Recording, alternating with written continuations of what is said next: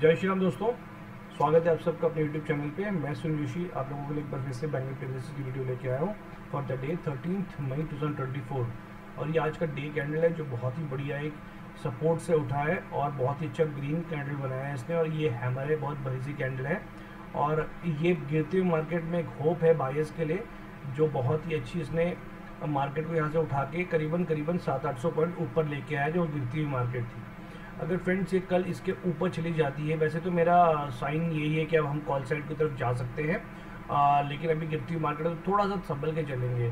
और यहाँ से देखिए आप, अगर इसके ऊपर मार्केट जाती है तो मार्केट हो सकता है कि 48,000 और कल 47,500 से लेकर 49,000 का टारगेट भी दे सकती है, क्योंकि ये बड़ा शार्प, अब देखिए कि जो 30 to 40 डिग्री का जो एंगल होता है वो बहुत ही बढ़िया होता है, जो एक अच्छा उसमें मानते हैं कि चढ़ाई चढ़ रहा है या नीचे उतर रहा है, लेकिन ये बहुत ही शार्प और स्टीप था, तो इसलिए इसका जो रिट्रेसमेंट होगा वो भी बहुत फास्ट होगा। अगर हम इसको ध्यान से देखें तो एक रफ टाइम लगा रहा हूँ तो ये यहीं पे इस ट्रेंड लाइन की, देखिए इस ट्रेंड लाइन के पास ही आके रुका हुआ है और यही इसका एक स्ट्रॉन्ग रेजिस्टेंस पॉइंट मिल सकता है। अगर मार्केट कल गैप अप खोलता है तो इसको रोकने वाला फिर कोई नहीं होगा। मार्केट में कम से कम नहीं तो 500 से 700 पॉइंट की रैली हमें यहाँ पे मिलनी चाहिए।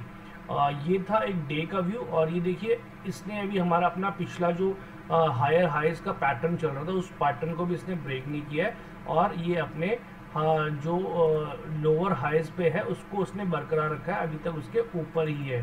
तो ये भी एक बहुत बड़ा फैक्टर होगा कि यहाँ से इसके नीचे जाने के बाद ही हम बोलते हैं कि पैटर्न टूट गया है, और उसके बाद हम मानते हैं कि ये पैटर्न टूटेगा कि मार्केट अब थोड़ा नेगेटिव साइड पे आ गया। यहाँ तक हम इसको रिट्रेसमेंट ही काउंट करेंगे, हालांकि मुझे इतनी ज़्यादा रिट्रेसमेंट की उम्मीद नहीं थी।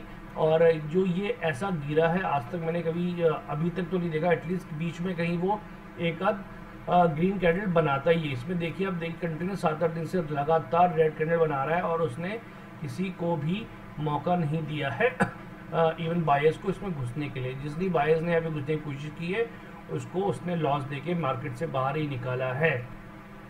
तो फ्रेंड्स ये जो चैनल चल रहा है, चैनल के अगेन चैनल को इसने ब्रेक नहीं किया। जो चैनल चल रहा था, देखिए हायर हाइज का और हायर लोज का चैनल चला जा रहा था, चल रहा है और अभी भी ये मेंटेन्ड ही है। अगर ये इसको नीचे ब्रेक कर देता तो हम मानते कि ये इसने चैनल को ब्रेक कर दिया है और चैनल का ब्रेकडाउन हो गया और मार्केट और नेगेटिव साइड हो गई है। मार्केट अभी भी इंटैक्ट है, अपने चैनल के अंदर ही है और इससे अभी हमें उम्मीद है कि मार्केट को यहाँ से ऊपर आ जाना चाहिए। अगर ऊपर न जाए तो कम से कम यहाँ पे इसको थोड़ा टाइम बिताना चाहिए, कंसोलिडेशन करना चाहिए। नीचे आने के थोड़े से चांसेस मुझे कम लग रहे हैं, लेकिन अलवे क्योंकि मार्केट है, मार्केट में कुछ भी पॉसिबिलिटी, एक न्यूज़ भी आ गई है तो इसको मार्केट को नीचे आने में कोई भी झिझक नहीं होगी। मार्केट नीचे भी आ सकता है, बट जो हम पैटर्न को फॉलो कर रहे हैं, जो चैनल को फॉलो कर रहे हैं, जो लॉजिकल हमें लग रहा है वो यही आ रहा है कि यहाँ से मार्केट को फिर से ऊपर उठना चाहिए। ये एक साइकिल है, इस साइकिल में मार्केट नीचे आ चुका है, अब इस साइकिल के साथ मार्केट को ऊपर जाना चाहिए। देखिए कहाँ तक जाएगा ये इसका अंदाज़ा अभी हम लगा सकते हैं अभी, लेकिन इस टाइम पे इसको इस जो 50,000 का इसने टॉप लिया उसके ऊपर जाना चाहिए, क्योंकि देखिए हर बार ये एक अलग बढ़िया ऊपर टॉप बना रहा है। देखिए पहले यहाँ था, फिर ये एक टॉप ऊपर की तरफ शिफ्ट होता जा रहा है, तो ये शिफ्ट हो रहा है। हो सकता है कि मार्केट अभी जाए और बीच में कंसोलिडेशन कर रुक जाए और आफ्टर इलेक्शन रिजल्ट ही मार्केट ऊपर जाए, लेकिन अब जब जाएगा तो मुझे उम्मीद है कि मार्केट 50,000 से ऊपर जाएगा और एक नया हाई क्रिएट करेगा। ये तो था पोजीशन ट्रेडिंग के ऊपर बात। और एक बार हम देख लेते हैं कि इंट्राडे में हमारे पास क्या क्या मूव अवेलेबल थे आज, और आज हमारे पास इंट्राडे में क्या हुआ। मार्केट जब मॉर्निंग में खुली तो ये राज का ये इस कैंडल में बहुत ही मिनिमल गैप डाउन था, 41 पॉइंट का गैप डाउन था और मैंने मॉर्निंग में 2 ट्रेड्स रिकमेंड किए थे। देखते हैं क्या क्या ट्रेड्स थे वो। देखिए मार्केट में मॉर्निंग में 9:27 मैंने बोल दिया था कि फर्स्ट कैंडल का ब्रेकडाउन होता है तो आप एक पुट ले सकते हैं, और उस पुट ने बहुत ही बढ़िया हमें टारगेट अचीव करके दिया था। और उसके बाद मैं आपको दिखाता हूँ कि ये कहाँ पे गया। तो जब 15 मिनट की कैंडल यहाँ पे ब्रेक हुई, ये देखिए वाली ब्रेक हुई, तो यहाँ से इसने हमें कुछ नहीं तो 250 पॉइंट का एक फॉल दिया और जाके 47,000 पे हिट हुआ, जो कि एक साइकोलॉजिकल और राउंड फिगर भी था। उसको भी मैंने बता दिया था कि भाई इसके आगे नहीं जाना है। मैंने 10:40 पे लिख दिया था, all targets are hit on put side, if you want to ride the put maintain strict SL. मुझे लगता है कि उसके बाद मार्केट में किसी ने भी कुछ भी रखा होगा तो उसने एसएल को ले ही लिया होगा। तो पहले उस ट्रेड पे बात कर लेते हैं। उस ट्रेड का लॉजिक क्या था? उस ट्रेड का लॉजिक ये था कि मार्केट नेगेटिव साइड पे चल रही है और मार्केट खुली भी बहुत ही मिनिमल गैप डाउन पे थी, जो बहुत ही छोटा गैप डाउन था, और उसने पहले ऊपर जाने की कोशिश की, लेकिन उसको जब नीचे धकेल दिया गया और बहुत ही अच्छी यहाँ पे सेलिंग आई, तो हमें उम्मीद थी कि नीचे टारगेट में 47,000 क्लियर दिख रहा था, तो हमने एक टारगेट इसको अचीव करने के लिए दिया था। फिर मार्केट ने 47,000 के राउंड फिगर को रिस्पेक्ट किया और वहाँ से मार्केट उठना शुरू हुई। उठना शुरू होने पे देखिए यहाँ पे पोलैंड, एक छोटा सा पोलैंड फ्लैग बना था, ये वाला ये मैंने ग्रुप में अपडेट किया था कि यहाँ इसके ब्रेकआउट पे हम लोग एक कॉल ले सकते हैं। नहीं सॉरी, ये वाला, हाँ ये नहीं था, इसको तो हमने बाद में दिया था, यहाँ पे ले आते ये वाला। जब मार्केट उठ रही थी और उसने एक पॉज लिया, तो मैंने यहाँ पे ये टाइमिंग था 11:45 वाला, तो देखते हैं 11:45 वाले पे मैंने आपको कॉल दिया था कि ये देखिए, मैंने 11:50 पे आपको कॉल दिया था कि आई फील अपसाइड मोमेंट और ब्रेकआउट अप टू 47,500 टारगेट हो सकता है और प्रीवियस कैंडल हमारा एसएल हो सकता है। तो उस वाले को भी उसने जाके हिट दिया और मैंने लिख दिया था no call now till fresh setup because 47,500 एक रेजिस्टेंस है। तो उसने उस रेजिस्टेंस को जाके बहुत ही बढ़िया रिस्पेक्ट किया और 47,500 के पास जो मार्केट गिरा है, देखिए उसने ऊपर उठाया है। देखिए क्या करते हैं, अगर इसको नीचे गिरना तो उसने पहले मार्केट में कॉल वालों गिराया, फिर एक शार्प डाउन साइड रैली दी है, फिर जो ये वाली जो 500 पॉइंट की रैली बनी, ये बहुत ही मज़ेदार थी और मैं और दीपक इसको देख के बहुत खुश हो रहे थे कि मार्केट ने अचानक से क्या रैली दे दी है। और ये बात फ्रेंड्स 500 समथिंग पॉइंट की रैली है 15 मिनट के अंदर। उसके बाद तो मतलब कोई बहुत ही बड़ा किसी FII या DI ने या किसी बहुत बड़े इंस्टीट्यूट ने यहाँ पे परचेजिंग की है, बाइंग की है, क्योंकि आपके और हमारे से ये मार्केट नहीं चलता है। हम आपके और हमारे से मार्केट इतना बड़ा कैंडल नहीं बना सकता है। तो ये किसी ने बड़ी सेलिंग की है। उसके बाद क्या हुआ है कि उसके बाद उसने सेलिंग करके वो रुक गया है और इसके बाद जो भी ये वाला जो जोन है, ये है हम रिटेलर्स का जोन। हम इतना ही मार्केट को हिला सकते हैं। देखिए यही है हमारा जोन, इसको हम इतना ही हिला सकते हैं। ये जो इतनी बड़ी रैली आई है उसको हम लोग नहीं हिला सकते, हमारे पास इतना पैसा नहीं है।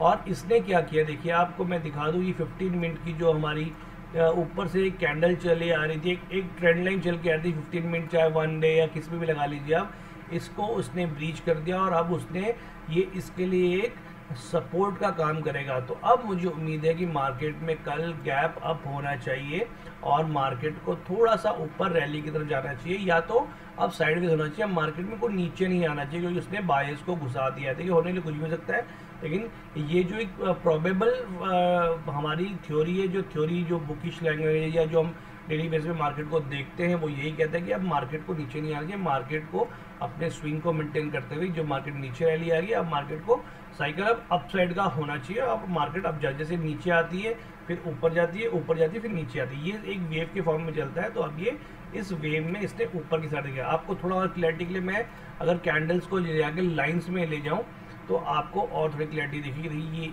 अगर मैं इसको टाइम फ्रेम बड़ा करता हूँ ताकि आप लोगों को क्लैरिटी, हम 4 आवर्स में देख लेते हैं। तो 4 आवर्स में ये देखिए किसी चैनल में जा रहा है। देखिए पहले ये ऊपर गया फिर नीचे आया, फिर ऊपर गया फिर नीचे आया, फिर ऊपर गया फिर नीचे। तो ये साइकिल चलता ही रहता है मार्केट में और आज उसने यहाँ से फिर अपसाइड के लिए एक स्टार्ट कर दिया है।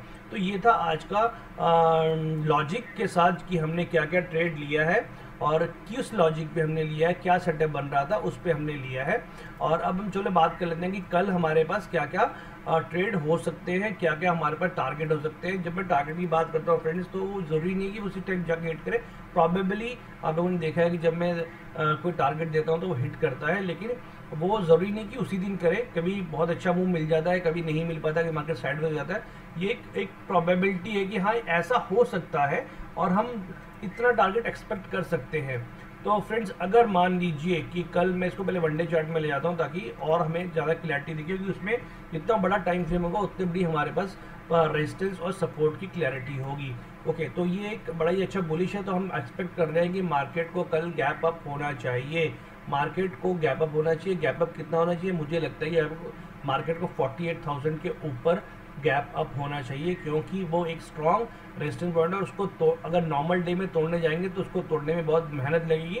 तो अगर वो गैप अप ही कर देगा तो फिर वो हमारे लिए बहुत आसानी देगी। जितने भी जब यहाँ पे आप भविष्य में प्रीवियसली आप देखेंगे जब कोई स्ट्रॉन्ग पॉइंट्स होते हैं वहाँ पे गैप अप या गैप डाउन हो जाता है। देखिए ये देखिए आप उससे क्यों होता है ऐसा कि जिसको आप नॉर्मल टाइम पे नहीं तोड़ पाते हैं तो उसको गैप अप और गैप डाउन करके उसको तोड़ दिया था, बाइंग के साथ तोड़ दिया। देखिए यहाँ पे उसको बाद में टेस्ट करने आएगा वो अलग बात है, लेकिन जब कोई स्ट्रॉन्ग पॉइंट्स होता है जब नहीं टूटा जाता है तो उसको ऐसे ही गैप अप और गैप डाउन से उस स्ट्रॉन्ग पॉइंट्स को तोड़ दिया जाता है और ऐसी रैली दी जाती है ताकि वो अपसाइड की तरफ चला जाया जा सके।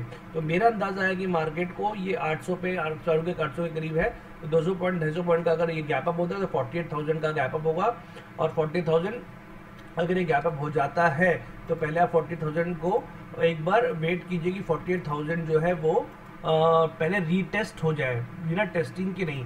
पहले 48,000 ऐसा ना हो कि वो आप लेने जाओ और वो गैप फिल करने के लिए नीचे आ जाए।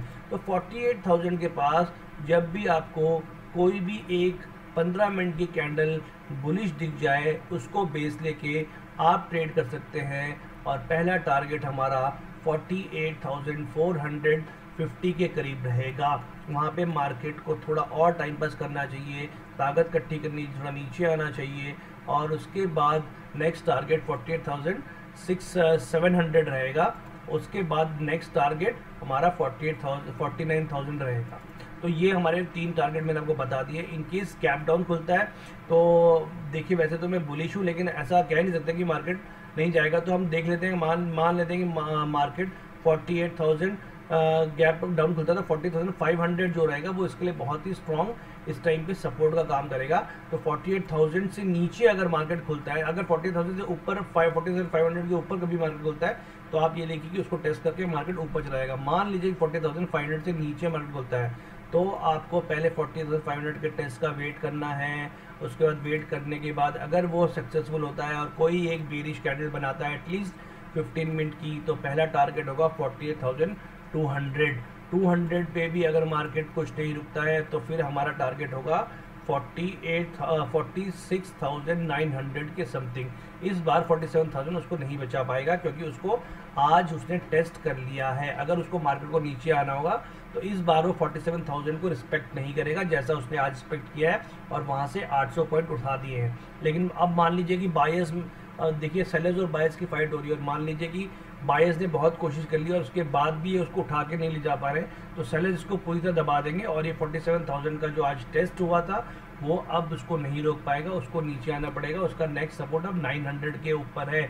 इन केस अगर 900 भी उसको नहीं रोक पाता है तो नेक्स्ट सपोर्ट उसका 46,660 600 से लेके 500 के बीच में होगा। और उसके बाद तो फिर ऑल द वे नीचे है जो 400 वाला, ये जो जोन है, ये वाला जोन है 400 या 300 से 400 के बीच वाला। वहाँ हम उम्मीद करते हैं कि इतना नीचे नहीं आए, अदरवाइज हमारी जो अपसाइड की रैली है वो मार्केट को नेगेटिव साइड पे लेके आएगी। तो मेरा ये व्यू है कल के लिए कि मार्केट इस तरह से बिहेव कर सकता है और उम्मीद है कि मार्केट को गैप अप करके या एटलीस्ट फ्लैट ओपनिंग करके मार्केट को ऊपर की तरफ खींचना चाहिए।